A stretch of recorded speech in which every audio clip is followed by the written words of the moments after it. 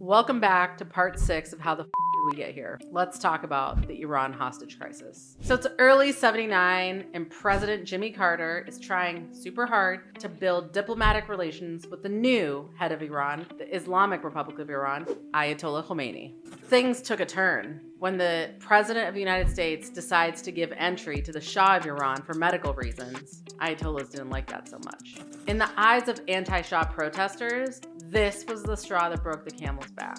This took it too far. And once again, America was involving itself in Iranian politics, and it was giving Moj Mahdara from part 2. So a few days after the Shah landed in New York, a group of Iranian students took 63 hostages at the American embassy in an act of retaliation on November 4th, 1979. 6 of these hostages were able to escape to John Sheardown's house, a Canadian diplomat, back to the other hostages sitting inside the embassy. These students went out and grabbed another 3 hostages. I think now we're at 66 American hostages. By late November, they had released the minorities. And when we say minorities, they mean Black people and women, because those people are already dealing with enough oppression in the United States. So this brings our hostage counter down to 53. The students' demands were simple. First, that the Shah of Iran be returned to Iran for trial and execution. Second, the American government apologized to Iran for the insult of allowing the Shah into America, and 2, for the overthrowing of Moj Mahdara in 53. They wanted them to apologize for interfering in the internal affairs of Iran, because that's a really Iranian thing to want people to apologize for. Like, that's some shit we always want that apology. Like, you need to apologize for the interference of internal family matters. And then they wanted their money. They wanted all of the frozen assets that they had here in America to be released. Back in the US, this sparked a huge response in patriotism and some serious Iranian hate. So in true Iran style, none of those things worked, but Carter went on to approve in 1980 a military intervention. So in 1980, Jimmy Carter, he greenlights Operation Eagle Claw, which was basically a fucking shit show where this whole thing went sideways, and then essentially gave the Iranian government the idea to just distribute these hostages all over the place so that we could not create or greenlight another rescue mission. Operation Eagle Claw included multiple helicopter crashes. The footage is insane.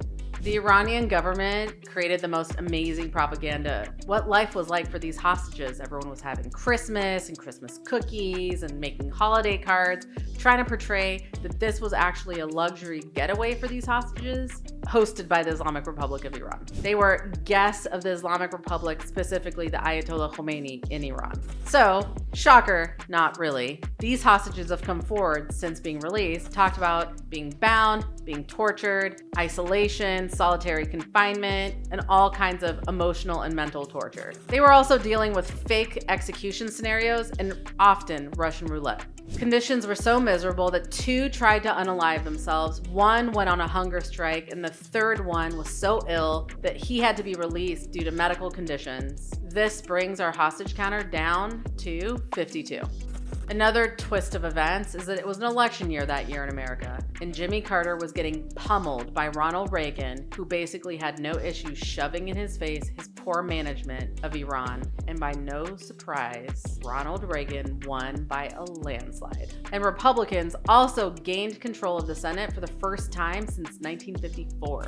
So this crisis comes to a close with the Algiers Accords. Literally on the last day of Carter's presidency, I'm talking the day of inauguration, January 19th, 1981, the United States of America agreed to not intervene with Iran's internal politics via military or political affairs. America would go on to remove sanctions and unfreeze all their loot. Both of these countries agreed to suspend any litigation against each other and move any future legal battles into international courts. At this point, the Shah had died, and America agreed to move all of the assets of the Shah to a third party, a sovereign party, that would then decide what happens to these assets, I'm sure in partnership with the Islamic Republic.